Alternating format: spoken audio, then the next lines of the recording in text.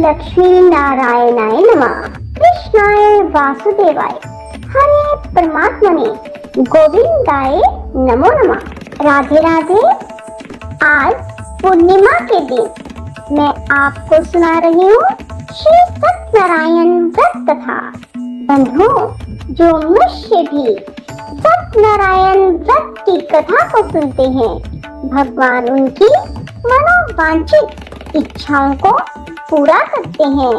बंधुओं, जो मनुष्य सत्यनारायण की कथा सुनते हैं, उसमें उन्हें सब मालूम पड़ जाता है कि भगवान किस प्रकार अपने भक्तों के सभी मनोरथों को पूर्ण करते हैं। बंधुओं, यदि आपने हमारे YouTube चैनल अब तक सब्सक्राइब नहीं किया तो जरूर करें और बेल आइकन दबाना ना भूलें, ताकि आपको हमारी आने वाली सभी वीडियोस की जानकारी सबसे पहले हो सके। बंधुओं, वीडियो को पूरी सुनने के बाद कमेंट बॉक्स में जय सत्यनारायण भगवान की जरूर लिखें। बोलो सत्यनारायण भगवान की जय हो। पूर्णमासी अर्थात पूर्णिमा के दिन भगवान श्री सत्यनारायण का व्रत व कथा की जाती है। वैसे श्री सत्यनारायण व्रत किसी भी दिन किया जा सकता है। व्रत वाले दिन प्रातः काल स्नान आदि से निवृत्त होकर व्रत का संकल्प लेकर दिन भर निराहार रहकर विष्णु भगवान का ध्यान और गुणगान करना चाहिए। सायंकाल स्नान करके पूजन की तैयारी करें। केले के खम्भों और आम के पत्तों के बंधनवारों से एक सुंदर मंडप बनाकर एक चौकी पर भगवान सत्यनारायण की प्रतिमा की स्थापना करें।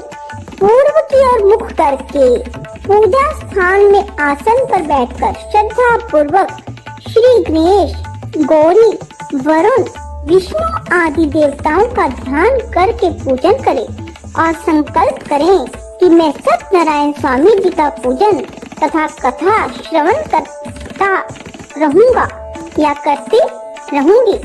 पुष्प हाथ में लेकर सत्यनारायण भगवान का ध्यान कर यज्ञोपवीत पुष्प, फूल, नैवेद्य आदि अर्पित कर स्तुति करें। हे भगवान, मैं श्रद्धा पूर्वक फल, जल आदि सामग्री आपको अर्पण कर बारंबार प्रणाम करता हूँ या करती हूँ। कृपया अपने भगत द्वारा की गई आराधना स्वीकार करो। और तत्पश्चात श्री सत्यनारायण भगवान की कथा श्रवण करें। श्री सत्यनारायण व्रत कथा। एक बार नैमिषारण्य में तपस्या करते हुए शौनक आदि ऋषियों ने सूत जी से पूछा, जिसके करने से मनुष्य मनोवांछित फल प्राप्त कर सकता है, ऐसा व्रत कौन सा है? सूत जी ने कहा, एक बार नारद जी ने भी विष्णु भगवान से ऐसा ही प्रश्न किया था। तब विष्णु भगवान ने उनके सामने जिस व्रत का वर्णन किया था, वही मैं आपसे कहता हूँ।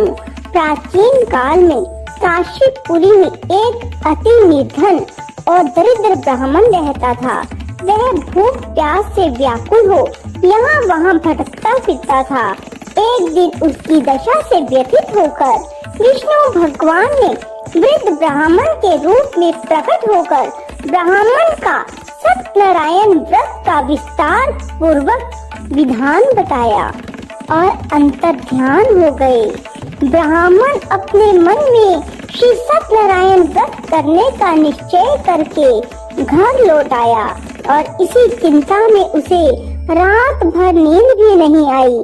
सेरा होते ही वह सत्यनारायण के व्रत का संकल्प करके भिक्षा मांगने के लिए चल दिया।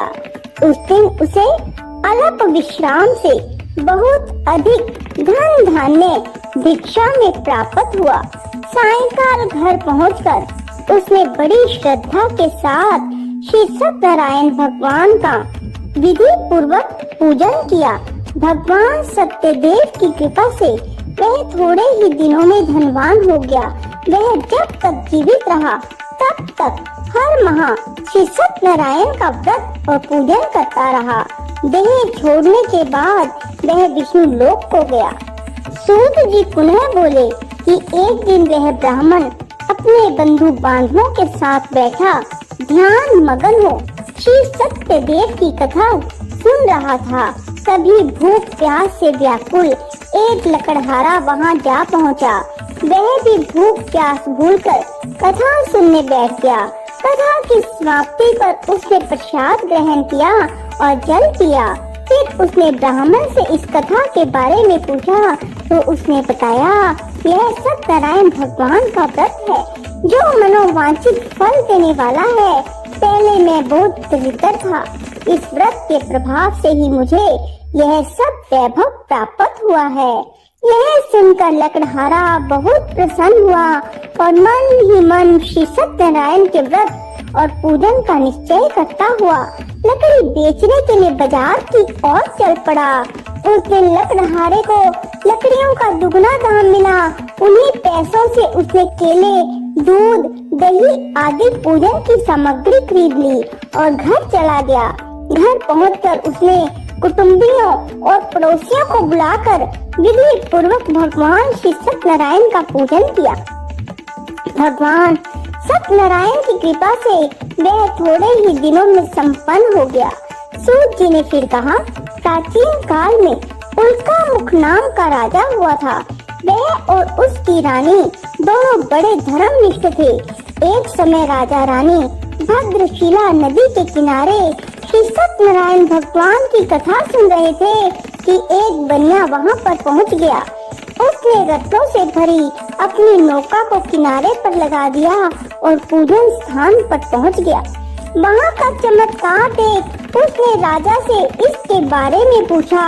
राजा ने बताया, हम विष्णु भगवान का पूजन कर रहे हैं। यह व्रत सभी मनोकामनाएं पूर्ण करने वाला है।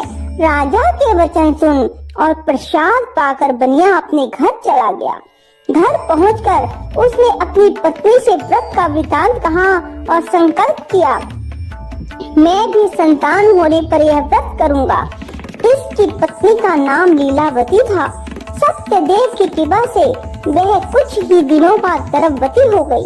10 महीने में उसके एक कन्या को जन्म दिया। कन्या का नाम कलावती रखा गया और वह चंद्रमा की कलाओं के समान धीरे धीरे बढ़ने लगी।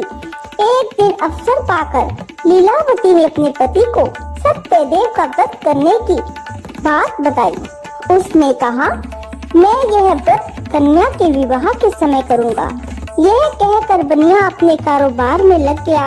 जब कन्या विवाह के योग्य हो गई तो उसने दूतों द्वारा खोज कराकर कंचनपुर नगर के बनिए के सुंदर, सुशील, गुणवान लड़के के साथ उसका विवाह कर दिया।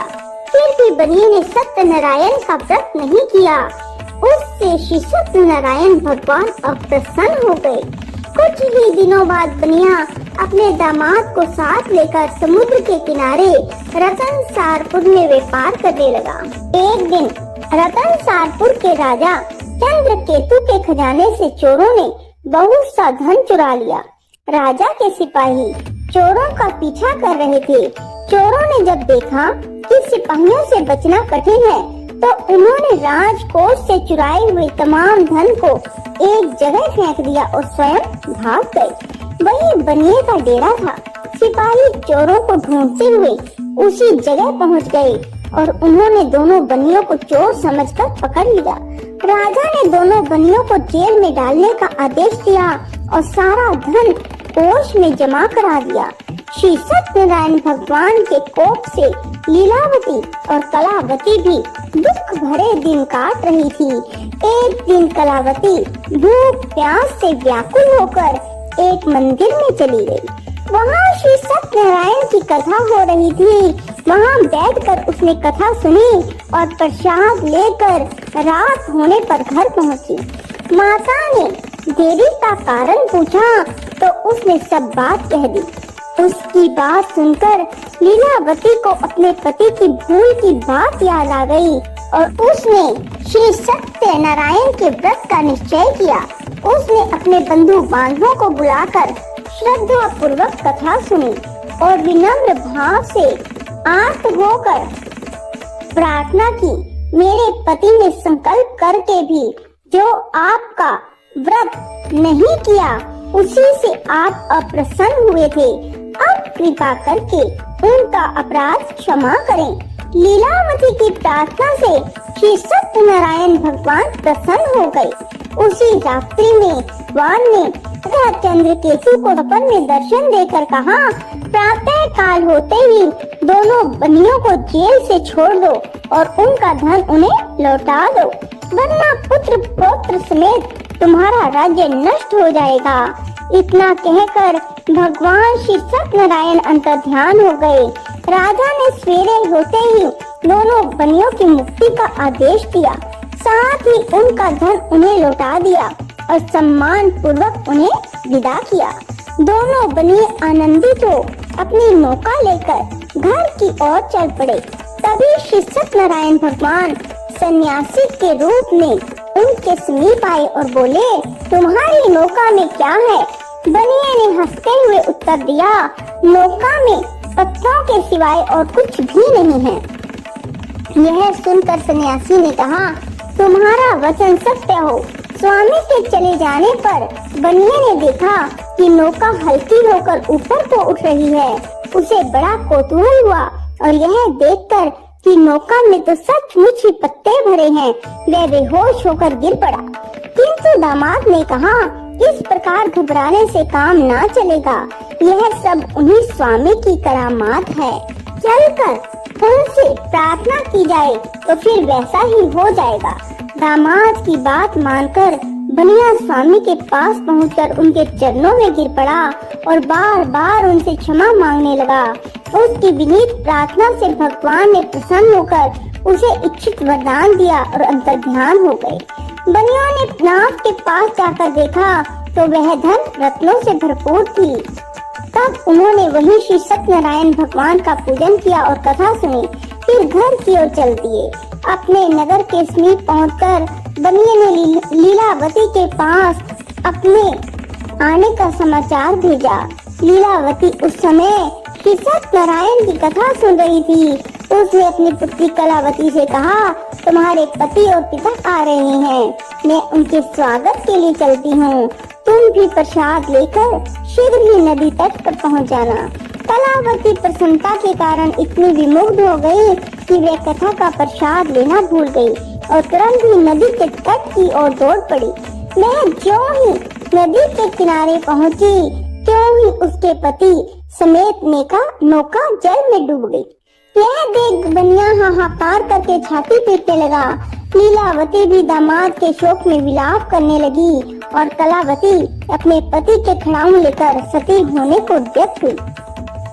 तभी आकाशवाणी हुई, हे वनिक, तेरी कन्या सत्यनारायण के प्रसाद का निरादर करके पति से मिलने के लिए आतुर होकर दौड़ी आई है। यदि वह प्रसाद लेकर फिर आए तो उसका पति जी उठेगा।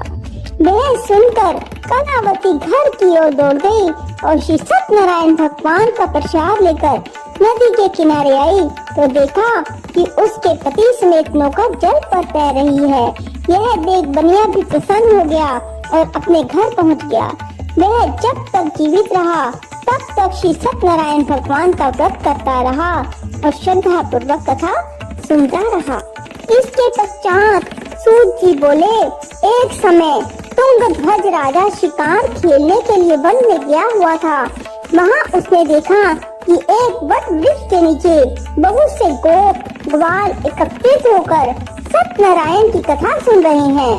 राजा ने ना तो सत्यनारायण को नमस्कार किया, ना पूजन स्थल के पास ही गया। गोपगण राजा को देखकर स्वयं प्रसाद लेकर उनके पास आए और प्रसाद राजा के सामने रख दिया। राजा ने प्रसाद की कुछ परवाह न की और महल की ओर चल गया। राजद्वार पर पहुंचते ही राजा को मालूम हुआ कि उसके पुत्र पौत्र और धन संपत्ति सब नष्ट हो गए। उसे वन की घटना स्मरण हो आई और उसने विचार किया कि सत्यनारायण के प्रसाद का निरादर करने के कारण ही मुझे यह दुख प्राप्त हुआ है। यह सोचकर राजा फिर से वन में दौड़ा गया और सब गोप ग्वालों के साथ मिलकर श्रद्धा और भक्ति के साथ श्री सत्यनारायण का पूजन करके प्रसाद ग्रहण किया। इसके बाद वह घर लौट आया तो उसके मृत पुत्र पौत्र आदि भी जी उठे और नष्ट हुई संपत्ति भी ज्यों की त्यों हो गई। तब से राजा जीवन भर समय समय पर श्री सत्यनारायण भगवान का व्रत और पूजन करता रहता है। बोलो श्री सत्यनारायण भगवान की जय। राधे राधे, जय श्री कृष्णा। यदि आपको हमारी वीडियो पसंद आए तो इसे लाइक करें और शेयर भी जरूर करें। धन्यवाद।